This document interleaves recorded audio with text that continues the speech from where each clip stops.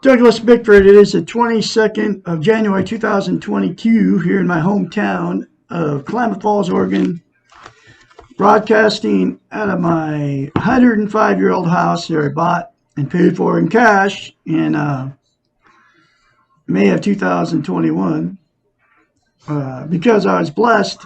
That's what I believe, because I got the Great Spirit, that's who I call God, got me out of a toxic relationship almost pushing 15 months ago now. And I haven't jumped right back in another relationship that most people do for pushing 15 months. It was my fourth marriage. I married her because I had no self-esteem, self-worth, self-confidence, self-love for 65 years of my life, and that was because I was sexually, emotionally, physically abused as a child. But when I left that toxic relationship, I left everything I owned. I mean, I'm talking about all my life's stuff I worked for my whole life. All my clothes. I took an old van, which was a 1987 Dodge van, which happens to be all tricked out. I had that before I met her. And a 1987 Prowler pull-behind trailer. Took my 3 cats and I left everything out. Because this woman killed 2 of my cats. That's what happens. People become evil when they don't have self-esteem. She killed 2 of my cats, and I let her do it because I had no self-esteem, because I was trying to make the relationship work. I'm still grieving over the loss of my 2 precious little angels, Bear and Sally. And it's been, 3 years or something for Bear and 2 years, I think, for Sally. But anyway, I took the 3 cats I had left because she had threatened to kill Bullseye because her fat mother moved in. And I found out where all the problems came from, why my wife was the way she was. She was abused sexually, emotionally, and physically by this fat mother of hers. But anyway, the mother lied about my cat and said my cat jumped up off the floor for no reason and scratched her in the face. And it was a bold-faced lie. But anyway, that woke me up to what I'd married, because she threatened to kill Bullseye.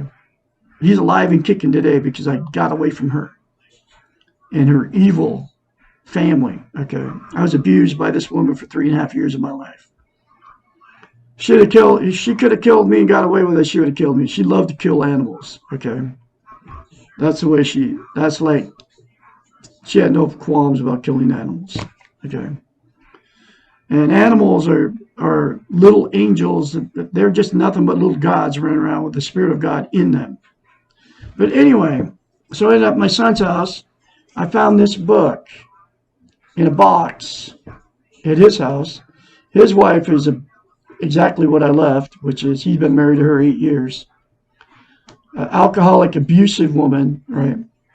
He has zip self-esteem, so he can't defend himself. He can't get away from her. Anyway, in a box in his burned out house, his wife burned his house up.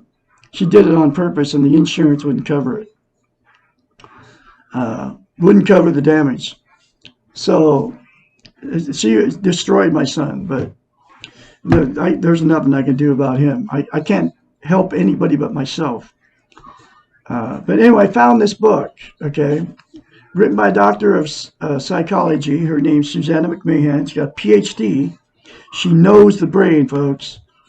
And in this book, I've attained self-esteem because of her in this book, okay?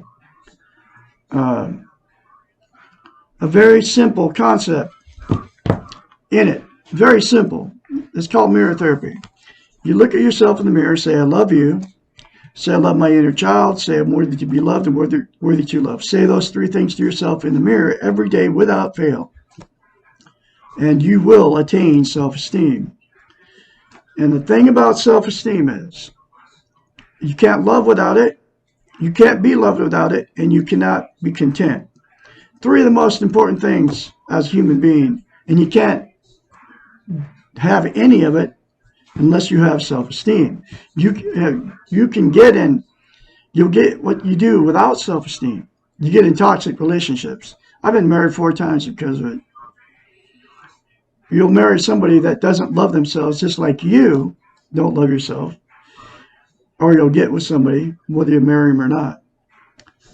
And then you turn on each other, okay? Because you can't love and be loved without self-esteem. Exactly what you'll get. Because me having no self-esteem, I've been married 4 times and many failed relationships, 4 failed marriages, and then many failed relationships because I didn't love myself. Because you turn toxic to each other. Because each person's trying to get, like I was trying to get my needs met by her. She was trying to get her needs met by me. Each person has to fill their own needs first before you can ever get in a healthy relationship. Otherwise, you turn toxic to each other, and that's what the fights and the arguments are, and calling each other names, and the cheating, and everything that goes on in a toxic relationship, the secrets, that nobody's, honest, okay, about what's going on in their head, and then you turn toxic to each other. Either you split up, go find somebody else, and the exact same thing will happen, or you'll stay in a bad relationship for a long time. And there's a lot of people doing that too, okay? Because they don't want to be a failure.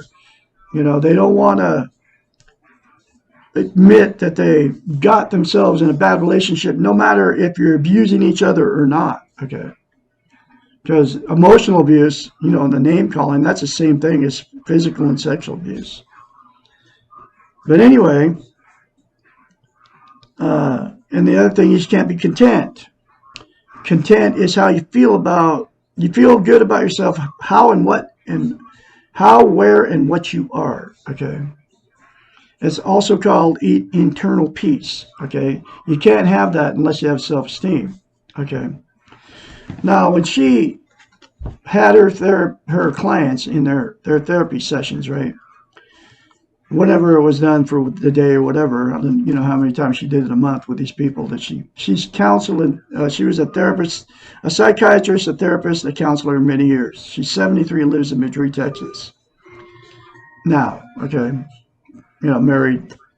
But anyway, she would send them home after their therapy session and say, now go look yourself in the mirror and say, I love you. Say, I love my inner child. Say, I'm worthy to be loved, worthy to love. That was her assignment. That's what she assigned them to do when they went home. Okay. And because she knew they didn't have self-esteem. Okay. When I read it in this book, and they did it because she has all the credentials. She's a psychiatrist. She has a PhD in psychology, right? So they did it for her.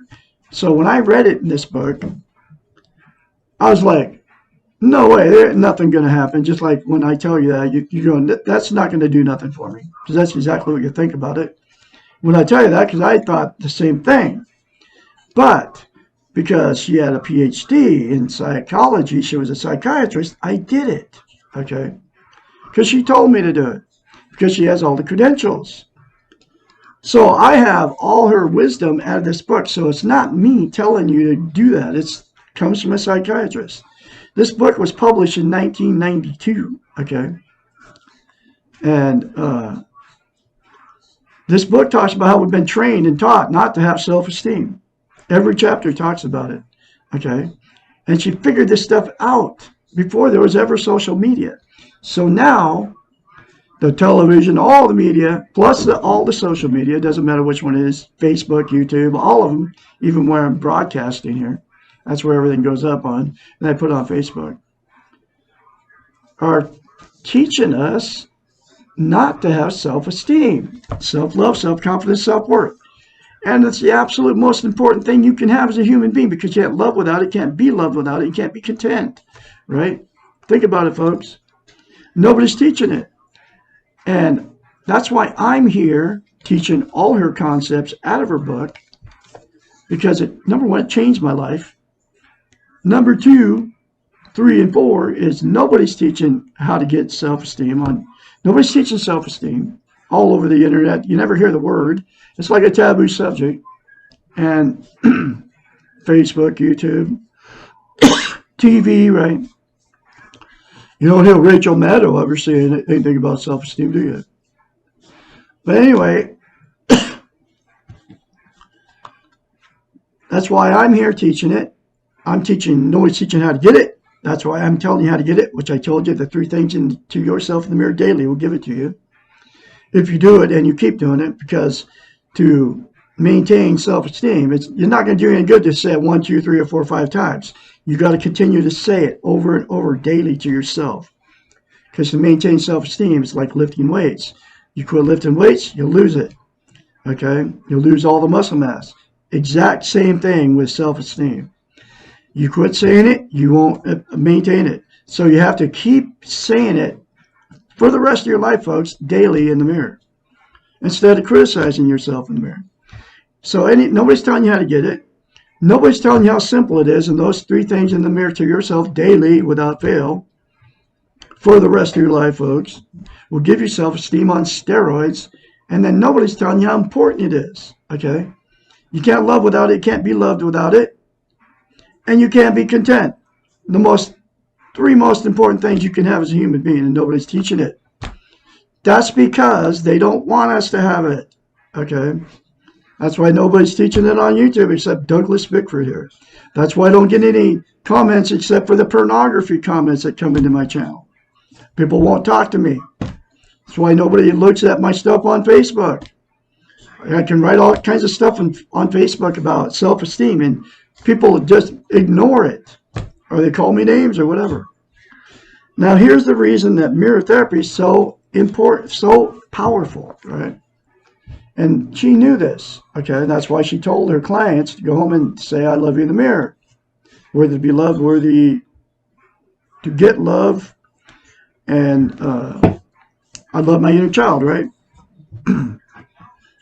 Because you can't lie to yourself in the mirror, okay? You don't have self-esteem and you don't even know it, okay? Because nobody's taught you, and that's why I'm here, again, okay, telling you. And here's the proof you don't have it, okay? Because all of us are in front of the mirror every day.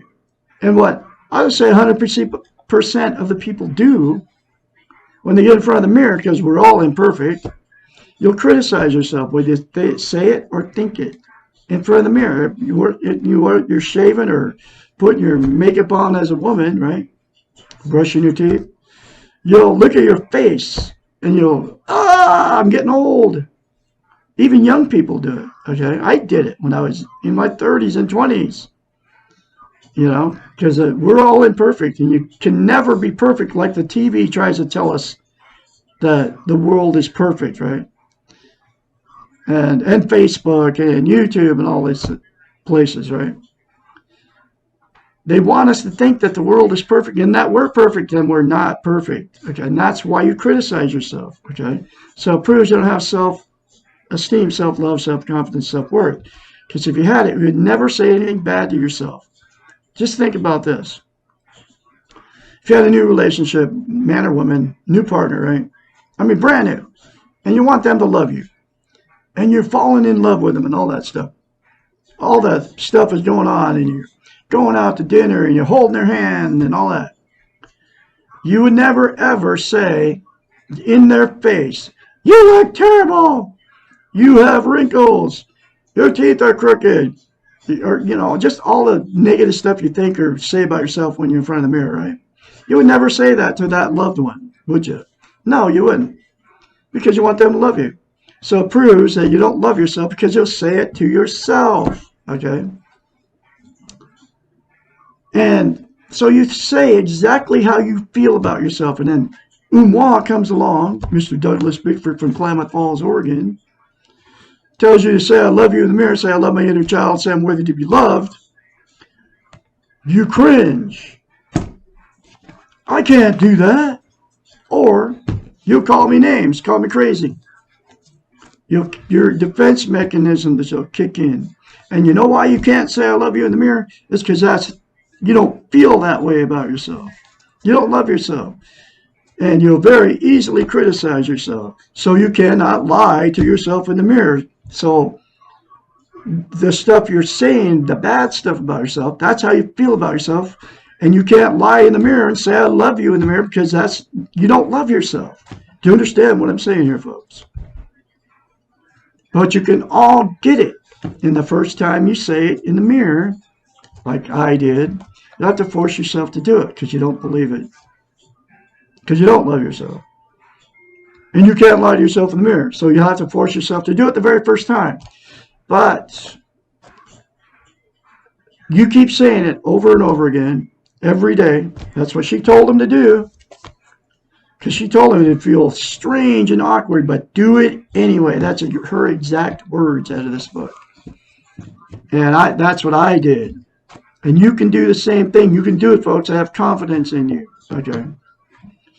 It will change you. The more you say it, the more you feel it, the more you believe it. And you don't know what you're missing by not having self-esteem, self-love, self-confidence, self-worth.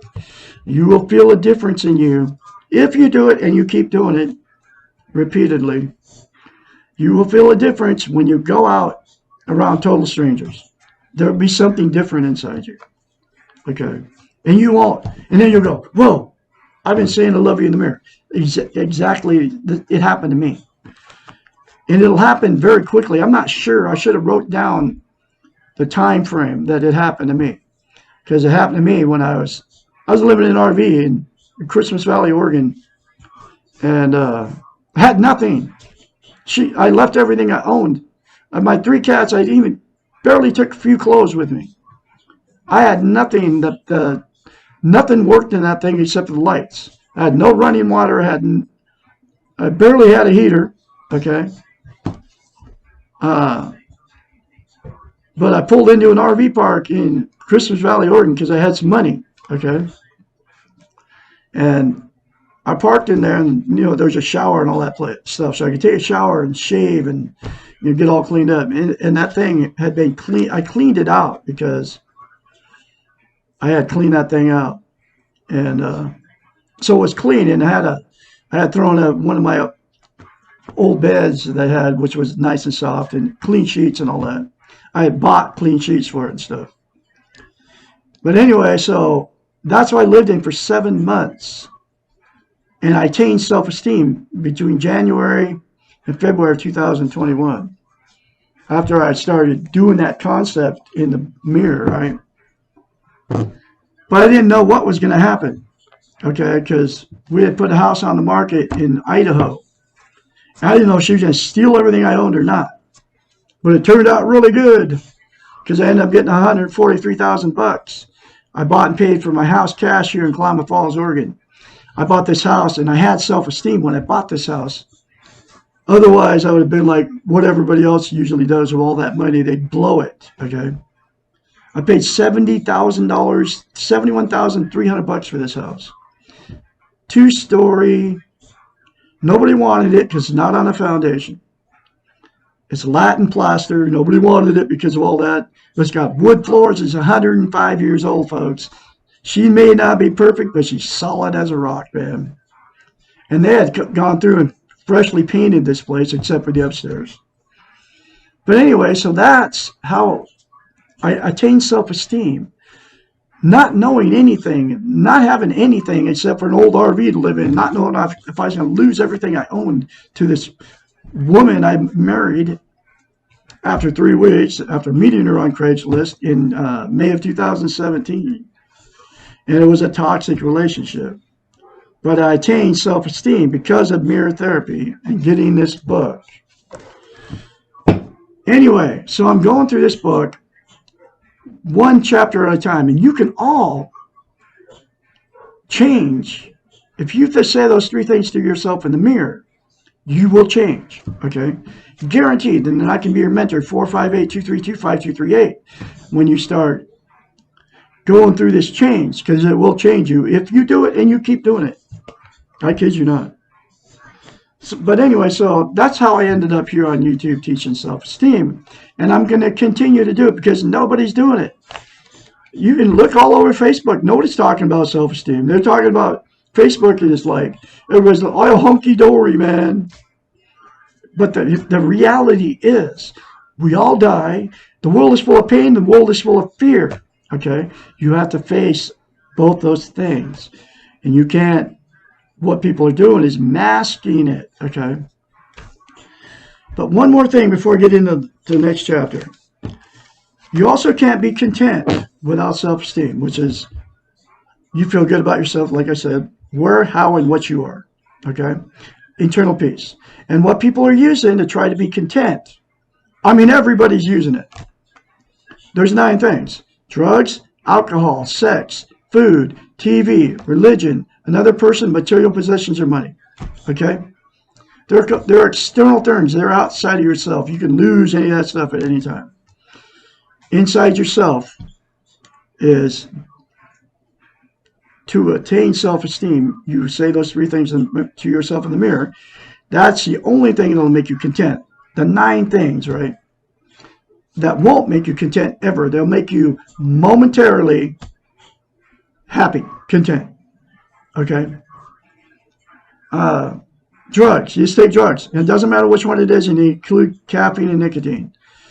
You smoke it, you vape it. So, and I just said caffeine and nicotine too. Okay? Because caffeine's a stimulant and nicotine is like an opiate. And they're both drugs, okay? And nobody tells you that they're drugs, so that's why you don't think they're drugs. But they've got everybody addicted to caffeine, man. I've called it the opiate of masses, and I've had for years, okay? Marijuana is a huge one. People are smoking pot. And the reason you're using drugs, okay, is to make yourself feel better. Okay, that's what caffeine's all about. That's why you have a cup of coffee or 2 cups of coffee in the morning before you go to work. And that's why you drink it throughout the day. And then you get addicted to all the drugs, right? And pot is a huge one. Oh, it's cool, but you're using pot to make yourself feel better. And it's destructive to yourself, your body, right?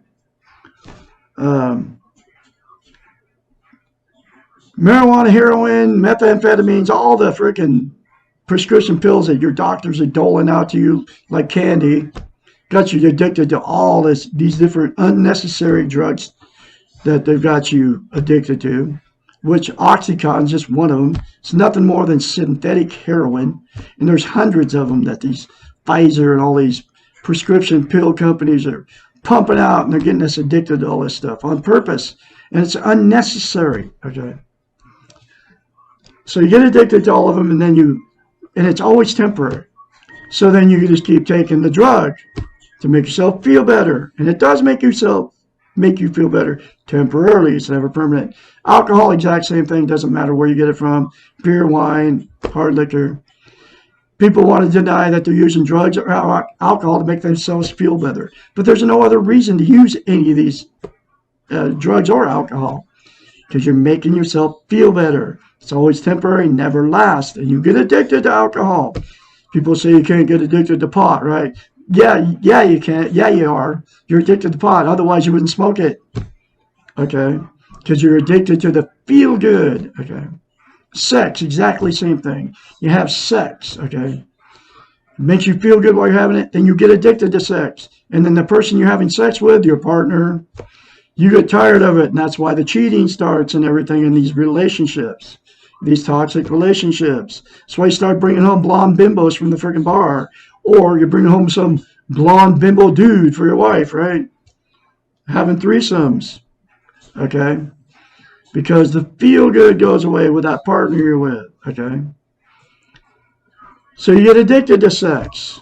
And that takes your whole level, just the sex part of it, takes your toxic marriage into a whole new level of toxicity, right? Food, exact same thing, man. You can see the results of it. People are making themselves feel better by overeating, okay? You get hungry, you eat. But then what people are doing, it makes them feel good to eat, so then they overeat. Like I said, you can see the results of it everywhere you go, man. There's a lot of people overweight. A lot of people don't feel good about themselves, okay? Television, exact same thing, okay? Turn on the boob tube, man. You sit in front of it, and while you're sitting in front of it, it feels good.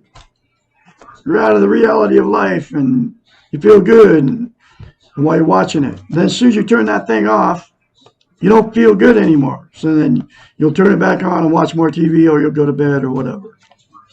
Then all that junk they've been feeding you through subliminal messages is in your head when you go to sleep at night, right? Okay? Relationships, exact same thing. You get a new relationship, you're like, woo, I feel good. You know, you've all been there. Every marriage I've been in, every relationship I've been in has always been the same. Feels good at first. And the feel good always goes away. And then if you marry them, you end up cheating on them or divorcing them or whatever. You go jump back in another one to get the feel good. But the feel good is always temporary, right? That's with the relationship. I mean, you're telling everybody about the relationship. We're going to be soulmates. We are soulmates. We're going to die together. We're going to live happily ever after, and saying all that stuff. While the feel good's happening, it's like treating each other really good, then you move in together and it all goes bad. Then the sex even goes bad. So then you either stay in a terrible relationship forever, or you go out and then divorce them or separate or start the cheating starts and all that junk. All right. Material possessions, the exact same thing. You get something new. You go to acquire it and it feels good. I got this cool thing, right? Telling your friends, and cars and boats and new houses and just another house and shoes and new clothes, new hairdo. You're telling everybody about this. But the feel good never is permanent. You go to a thrift store. You buy a bunch of junk you don't need. And it feels good to buy it because it's cheap at a thrift store, right? Everybody goes to thrift stores and they do the same thing. Wow, look how cheap that is, and they buy it. And then you get home, throw it in the garage or closet, underneath the kitchen counter, and it never lasts, okay? Then, the other one is money. Dinero, the green, the ka-ching. You get the money, right? It doesn't matter how much you get. Feels good when you get it, okay? And then, if you get a huge chunk of change, people will blow it and they'll gamble it away. And some people do good stuff with it. If you have self-esteem, you do good something with it. Because like me, I got $143,000, like I said, right? First thing I bought was my house and paid cash for it, okay? And I don't have a house payment. In fact, my house payment is, what? $878 a year. Or something like that. Yeah. Yeah, that's what my house payment is. Okay? That's just the taxes on it. And so I'm like, woo, that's what, a couple bucks a day or a month or something. Or, less than $100 a month. I could pay my house payment. But anyway, but you get a bunch of money. And it's just the feel good. Even when I got that money, I invested in all my money. The house was the first thing I bought. I'd lost everything I owned, so I had to buy everything over again. But I bought a bunch of vehicles that are worth money. A Harley's one of them.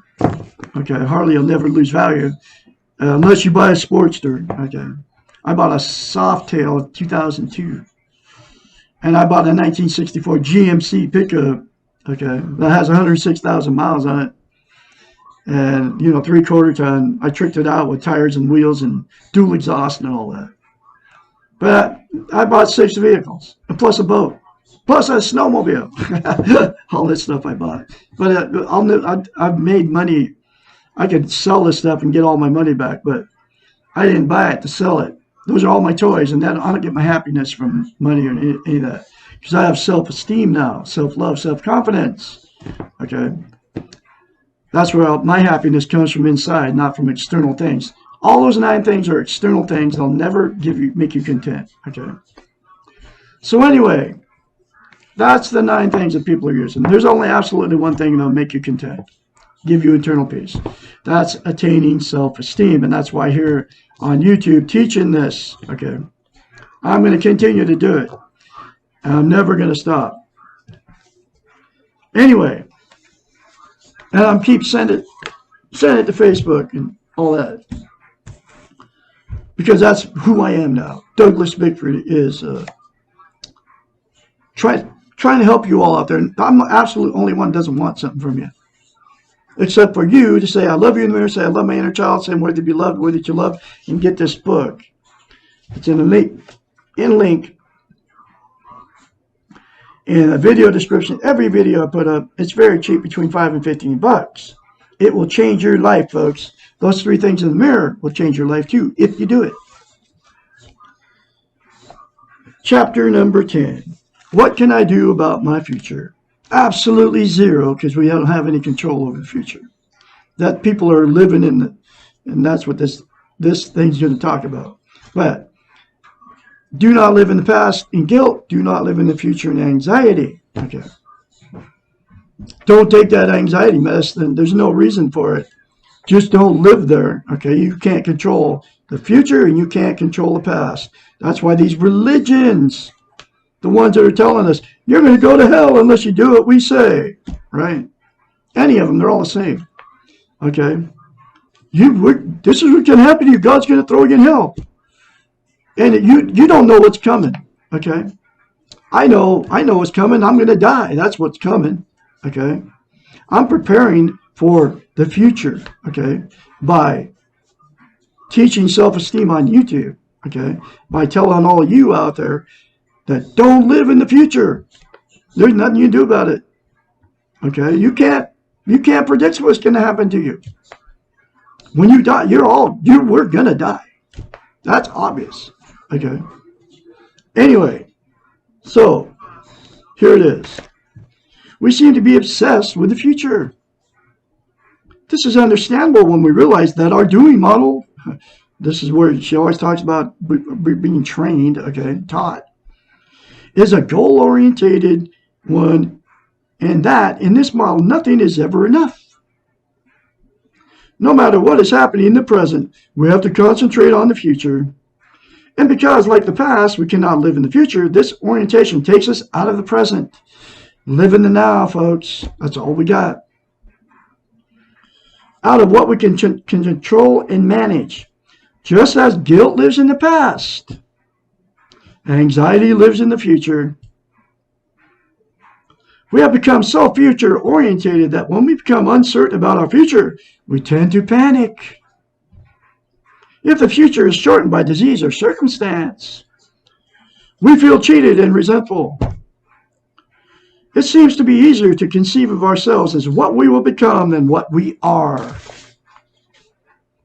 It would be unrealistic for most of us to have no thought for the future. Part of our definition of maturity is taking care of ourselves, both now and later. Therefore, some planning in the here and now needs to be future-orientated. We can do things now for tomorrow, hoping that we will have it tomorrow, and that what we are planning will work later on. Okay, like I'm planning right now. I just bought this house, right? I'm planning, it doesn't have any kind of carports or anything. I'm planning on building carports out there on that side of my house where all my cars are parked. That's what if I have tomorrow, and if I have this spring, because that's when I start these projects. I already bought the sheet metal and stuff. And the sheet metal was the most expensive part, you know. And if I have tomorrow, this coming spring, I will get out there and do it. Okay. But I don't know. I might die before then. I may not be able to do it. But that's the kind of stuff she's talking about here. Okay. The first realization, however, needs to be that our concept of the future is only a concept and not a guarantee. Nothing is certain, and no future time is certain. It is unrealistic to think that you can control what will happen to you. The paradox here is that the more emphasis we have on the present, which we can control the present, the more we focus on being the best we can be right now, the more the future seems to take care of itself. Once we learn we cannot control the future, once we give up the illusion of control, fate seems to work in our favor. And if it does not, if calamity occurs, we are better able to accept and deal with it because we are survivors. The future is never as bleak or fearful as the fear of the future. That's why, like I said, again, the religions, okay, they're all telling you, man, something bad's going to happen to you in the future. If you don't do what they say, think about it, folks. Wake up. What they're doing to you, okay? Relax. We do not ask this question when we're enjoying the present and feeling secure in ourselves. And that's the way I am now. That's because I have attained self-esteem, self-love. It works, folks. There's no need for anxiety in the moment. We do not have to panic when we can do something. In the present, we can breathe and relax. We can consider our options. We can acknowledge our feelings. We can accept ourselves. We can choose. We can experience. We can be heroes. We can do none of these things in the future. The best we can do in the future is waste the present dreaming about being a hero. Remember, time is not replaceable. Live the moment well. Try to stay in the here and now. There will be no need for anxiety or regret. Whew! Another very powerful chapter for you folks. Man, I wish you people would say something to me. At least say something about my videos. But it's okay. I'm going to continue. You're done hearing from Douglas Bickford. Okay. I'm going to continue to do what I do. Talk to you, even though I don't get any comments except for pornography. Somebody's going to listen to me eventually. Because I believe it's going to change. Because I believe in a creator. I call him the Great Spirit. I believe in goodness too. Okay?